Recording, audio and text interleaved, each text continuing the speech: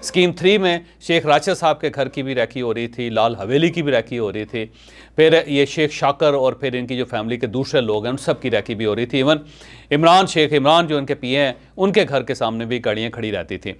تو مسلسل ان کی ریکی کی جاتی تھی۔ پھر اس دوران ایک ڈرائیور رکھا شیخ فیملی نے،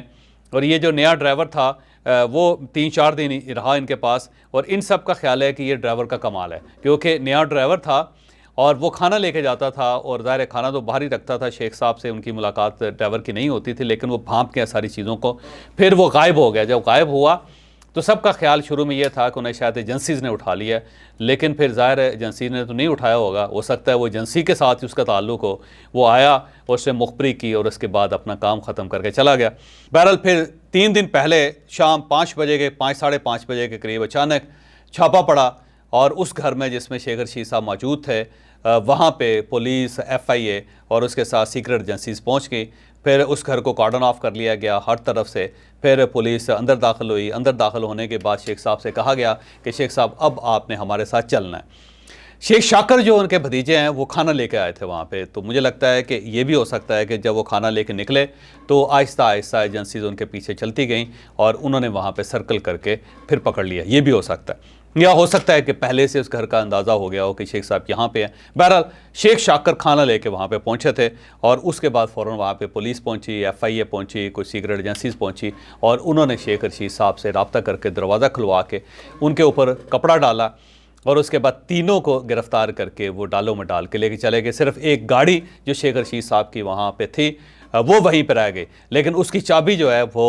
ایجنسیز یا پولیس اپنے ساتھ لے گئے۔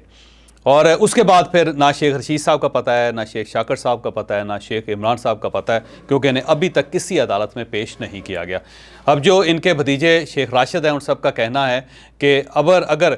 شیخ رشید صاحب کیونکہ پولیٹیکل وہ فگر ہیں، ان کے اوپر کوئی نہ کوئی ایشو ہو سکتا ہے کیونکہ سیاستدان ہے،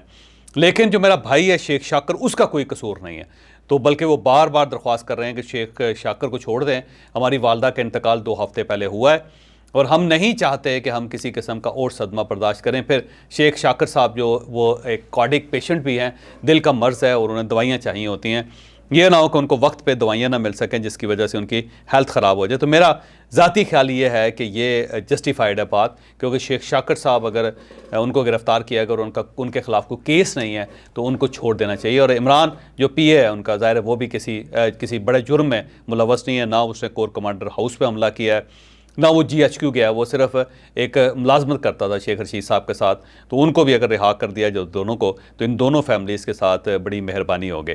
اب سوال یہ ہے کہ شیخ رشید صاحب ہیں کہاں پہ؟ میرا خیال یہ ہے کہ یہ جو بار بار مختلف ہائی کورٹس کی طرف سے ضمانتیں دی جاتی تھی، جیسے چودھری پرویز الہی صاحب کو ضمانت مل جاتی ہے، عمران خان صاحب کو ضمانت مل جاتی ہے،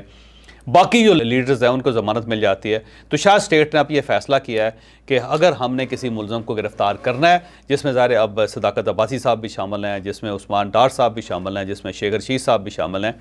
تو بجائے اس کے کہ ہم ان کو عدالتوں میں پیش کریں اور وہاں پہ جج صاحب ان کی ضمانت لے رہے اور پھر انہیں کسی اور کیس میں گرفتار کرنا پڑے، پھر IG جو ہے جس کے ذریعے گرفتاری کیا جائے گا اس کو ظاہر پھر کورٹ بلا لیا جائے گا، یا پھر DC کے خلاف کوئی کارروائی اگر جج صاحب کر دیں گے تو پھر ظاہر لوکل انتظامیہ بھی ہماری بات نہیں مانے گی۔ تو سب سے بہترین طریقہ یہ ہے کہ ان سب کو مسنگ کر دیا جائے، یا پھر ان کے ساتھ وہی سلوک ہو جو عمران ریاض کے ساتھ ہوا ہے کہ کوئی لوگ آئے، ان کو لے گئے اور اس کے بعد ان کی کوئی خبر نہ ہوئی، تو اس کا یہ فائدہ ہوگا کہ کسی عدالت میں پیش نہیں ہونا پڑے گا۔ تو میرا خیال ہے یہ جو عدالتیں بہت زیادہ سپورٹ کرتی تھی، اس کا نقصان یہ ہوا کہ اب لوگ گرفتار ہو رہے ہیں اور انہیں کسی عدالت میں پیش نہیں کیا جا رہا، جو ظاہر ہے سب کے لیے خطرناک ہوگا۔ میرا خیال یہ ہے کہ کچھ عدلیہ کو بھی سوچنا چاہیے کہ اگر کچھ لوگ مجرم ہیں، انہوں نے جرم کیا ہے، تو اننیسیسرلی ان کی ضمانت نہیں ہونی چاہیے، کہ اگر وہ ہوگی تو پھر ایسا ہی سلوک ہوگا جیسے شیخ شاکر کے ساتھ اور شیخ رشید اور شیخ عمران کے ساتھ ہوا۔ تو میرا ذاتی خیال یہ ہے کہ انہیں ظاہر ہے اسٹیٹ کی حراست میں رکھا گیا ہے، تو شیخ صاحب اسٹیٹ کی حراست میں ہیں، تو جب تک شیخ رشید صاحب یہ فیصلہ نہیں کرتے کہ میرا اب PTI کے ساتھ کوئی تعلق نہیں ہے،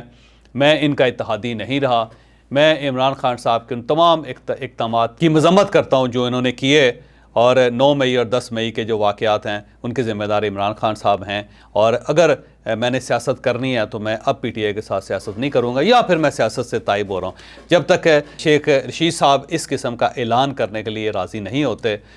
میرا نہیں خیال کہ شیخ رشید صاحب کی کوئی خبر آ سکے گی یا وہ باہر آ سکیں گے۔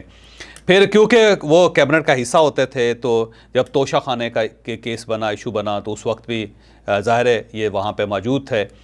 اور جو ایک 194 ملین پاؤنڈز کا ایشو تھا، شیخ رشید صاحب اس کے اندر بھی تھے، تو شیخ صاحب کو ان دونوں کے معاملے میں بھی گواہی دینی پڑے گی۔ پھر اس کے ساتھ ساتھ یہ آفیشل سیکرٹ ایکٹ کے تحت جو سائفر کا کیس تھا، اس میں بھی اگر یہ گواہ بن جاتے ہیں تو پھر تو ان کی جان بخشی جا سکتی ہے۔ لیکن اگر یہ اسی طرح ڈٹے رہتے ہیں تو پھر یہ اگلے پرویز الائی ہیں، لیکن اس سے پہلے بہت عرصہ انہیں اسی طرح سسٹم سے باہر رہنا پڑے گا۔ تو میں شیخ رشید صاحب کے لیے دعا گو ہوں، اور ساتھ میں دوبارہ کہتا ہوں کہ شیخ شاکر کا واقعی کوئی قصور نہیں ہے، اور ان کو رہا کر دینا چاہیے، انہیں ان کے گھر واپس جانا چاہیے۔ اس کے ساتھ ساتھ ایک ایم پی اے ہیں، ایک ایم پی اے کے ٹکٹ ہولڈر تھے پی ٹی آئی کے، عباد فاروق، اور آپ نے ان کی بہت سی ویڈیوز دیکھی ہوں گی کہ 9 اور 10 مئی کو انہوں نے خاصی یلغار کی تھی، پھر یہ ڈرٹی ہیری کے نعرے بھی لگا رہے تھے، پھر انہوں نے توڑ پھوڑ بھی کی تھی، پھر ان کی تصویر میچ کر گئی، پھر اس کے بعد ان کو گرفتار کر لیا گیا۔ یہ گرفتار ہوئے تو ظاہر ہے یہ جیل کے اندر ہیں اور حراست میں، اسٹیٹ کی حراست میں ہیں۔ تو ان کا ایک بیٹا ہے عمار آباد، 9 سال اس کی عمر ہے، وہ اپنے والد کو بہت زیادہ مس کرتا رہا، اور اسی دوران آہستہ آہستہ بیمار ہو کے وہ وینٹیلیٹر پہ چلا گیا، اور کل اس کا انتقال ہو گیا بچے کا۔ اس کی جو ویڈیو میں نے دیکھی تو میں خود ظاہر والد ہوں تو میری اپنی آنکھوں میں آنسو آ گئے، کیونکہ بچہ جو ہوتا ہے اس کا کوئی قصور نہیں ہوتا۔ اس کا جو بڑا بھائی ہے اس بچے کا، جس طرح اس کو تسلی دے رہا ہے وہ بھی بڑی خوفناک ہو رہا ہے، میرا خیال ہے ہارٹ ٹچنگ وہ بھی ویڈیو ہے۔ تو اس وقت عباد فاروق صاحب ظاہر بڑی تکلیف سے گزر رہے ہوں گے، ان کو ڈیفینیٹلی ظاہر ایک باپ کے لیے اپنے بیٹے کو کھو دینا اس سے بڑا صدمہ کیا ہو سکتا ہے۔ تو انہیں جنازے میں کی اجازت دے دی گئی تھی، وہ جنازے میں شریک ہوئے، اور اس سے پہلے بیٹا جب زیادہ علیل تھا تو انہیں موقع دیا گیا کہ وہ اپنے بیٹے سے مل سکیں۔ اس مثال کے بعد یہ فیصلہ ہوا ہے کہ اگر اس ٹائپ کی کوئی ٹریجڈی ہوگی کسی کی فیملی میں تو ڈیفینیٹلی اسے پے رول پہ رہا کیا جائے گا، یا وہ اپنی فیملی سے مل سکے گا۔ لیکن اس کے باوجود بھی جو لوگ 10 مئی اور 9 مئی کے واقعات میں ملوث ہیں ان کے ساتھ رعایت نہیں کی جائے گی، کیسز کا بہرحال فیصلہ ہوگا۔